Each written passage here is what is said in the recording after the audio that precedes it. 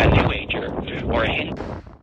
2 nights ago, I ended up having 5 dreams, which is surprising for me. I usually just have one or two. Some nights I have none. Those are the nights that I don't sleep well, don't get a lot of sleep. But 5, that was surprising. What a treat. Did you wake up more sleepy than But you no, I actually woke up more refreshed. So I guess I must have been in the deep REM sleep longer. Got it. Because sometimes I wake up in the night and then I go back to sleep, then I wake up and I go back. So it's really hard to get a good, uninterrupted length of sleep, which I try to do. But usually it's hard for me to go, past 4 hours without having to wake up for one reason or another. Sometimes it's been as few as 2.5, having to wake up, either some noise or have to make a bathroom trip. Dream or to wake up after a dream. Depends on the dream. But I think out of the 5, the one that was the most memorable, I'd say, was I was driving north on Highway 97 in my car to Pateros. But the layout of Pateros was completely different than what it actually is here in reality. Coming up on the highway here on the other side of the bridge, the highway was out in the middle of the river, past all the way up from Wells Dam. Water on both sides, and there were these huge maple trees lining both sides of the highway, all the way from Wells Dam to city limits. And the Methow River was gone. The Columbia was still here, but the Methow was gone. So the Pateros Bridge was gone. So it was a straight shot. The highway was a straight shot. Star Road was gone. And the highway was where Star Road is, and then where the highway is, that was all water. So part of that, the hillside that's behind me here, was gone.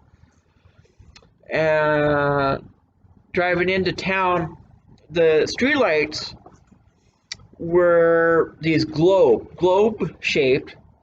It reminds me of what was on the bridge in Chelan at one time. Those globes, I think they changed them for the holidays. They were the colored globes there on the bridge by Campbell's Resort. They would take out the covers and put like reds but I don't know if that was the bulbs that they changed or if they actually changed the covers on it. But I digress. Oh, in the dream, there was a straight shot into town. The boat launch, the Methow boat launch, was still here, but it expanded out longer. The ramp was longer, which was interesting since the Methow River wasn't here. So you were just backing out into part of the Columbia, but you couldn't get to the other side. You couldn't get to the other side of the highway because the bridge wasn't there.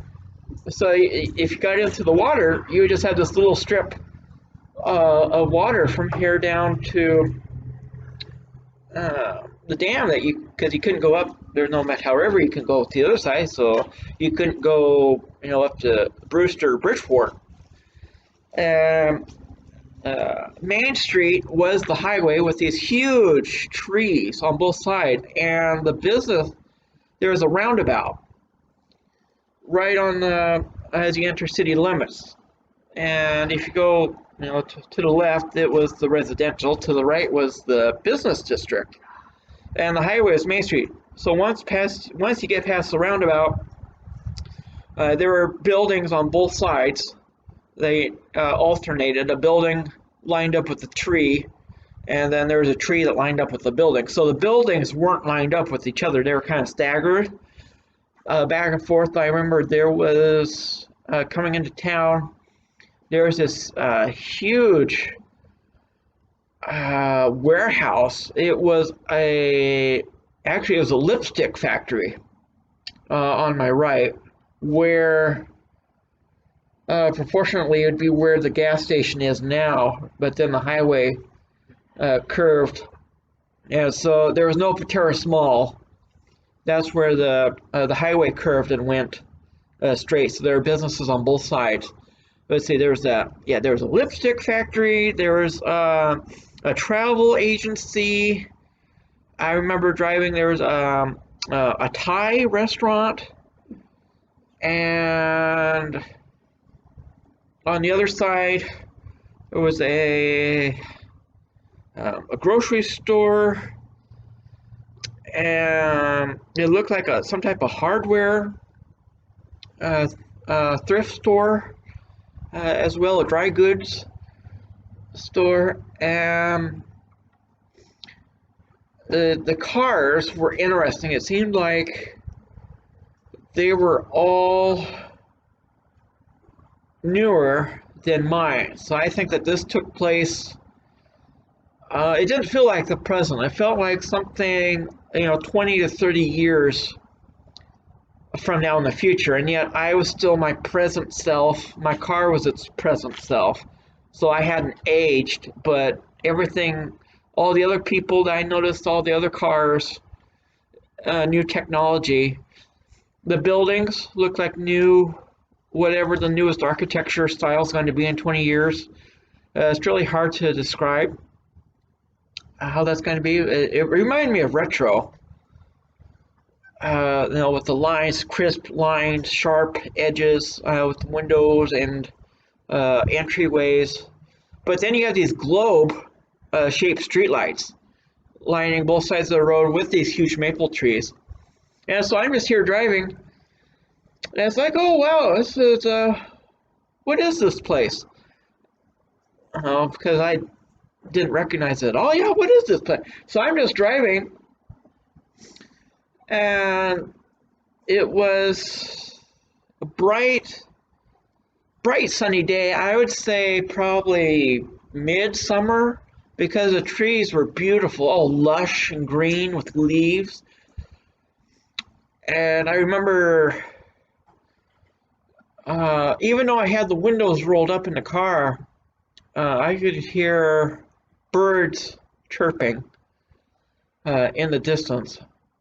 Very tranquil. It was a nice drive. And that's it. I wake up, or at least I think I wake up, because all of a sudden I'm exploring this abandoned movie theater that resembled the old Columbia Cinema that used to be in East Wenatchee. That was demolished here, I think, in 2011. It's where Walgreens and Bob's Burgers are now. They're along Grant Road in East Wenatchee. Not a sponsor, but anyway, I'm going down this corridor. It's concrete walls with red carpeting, and most of the drop ceiling is gone. It decomposed as years gone by. And then I pull back this curtain, this red velvet curtain, and I see people coming out, and it's my former. It was a mix of my current and former coworkers over the years. So I go up. I end up in one of the rooms with the screen, and all the chairs are dilapidated, and the stuffing is falling out of the chairs, and there's cobwebs, and the wallpaper is peeling, and the sound foam is falling down, and it smells like mold. But then I go through the emergency exit door, and all of a sudden I am out in the parking lot, and there's this drive-through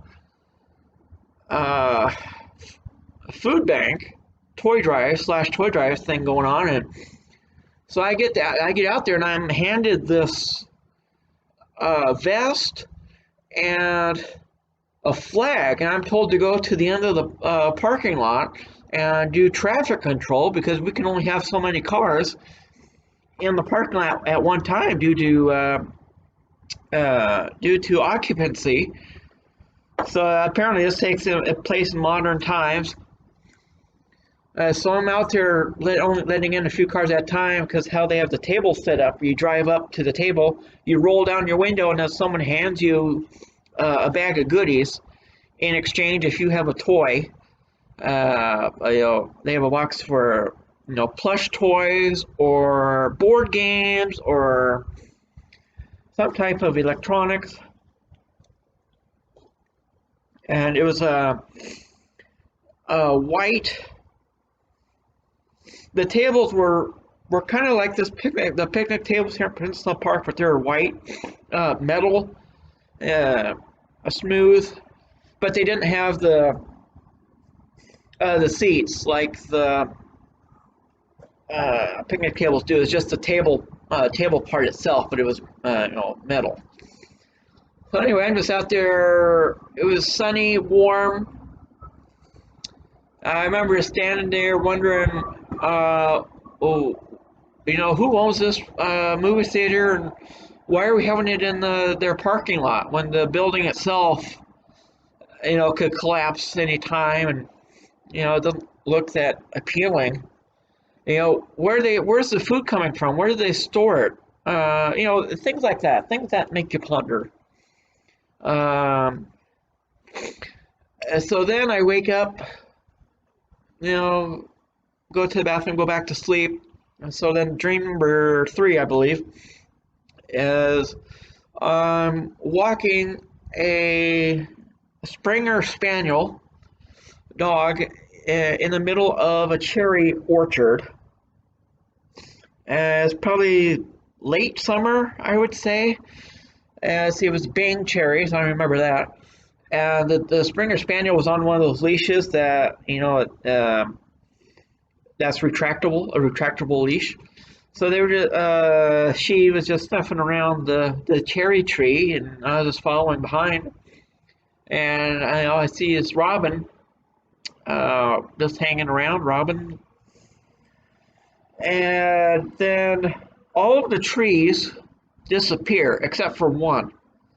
So I'm standing in front of this one large cherry tree, and the dog's just sniffing around the tree, really interested. The sun's starting to go down. It's going down on my left. So based on that, I must have been looking north because sun sets in the west. So if it's on my left, that means west. That means east would have been on my right, and south would have been behind me. Yep. And that was it for that dream. I wake up, and shift around and go back to sleep, and then all of a sudden, here's dream number 4, is where I'm eating dinner in a diner reminiscent of the 59er diner in Kashmir when they were in business. And I was sitting at the counter, sitting on the stools with the counter, having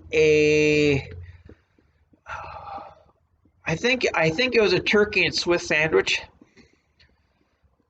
And there was a thunderstorm outside, and a big boom, boom, and you see a flash of lightning in the window.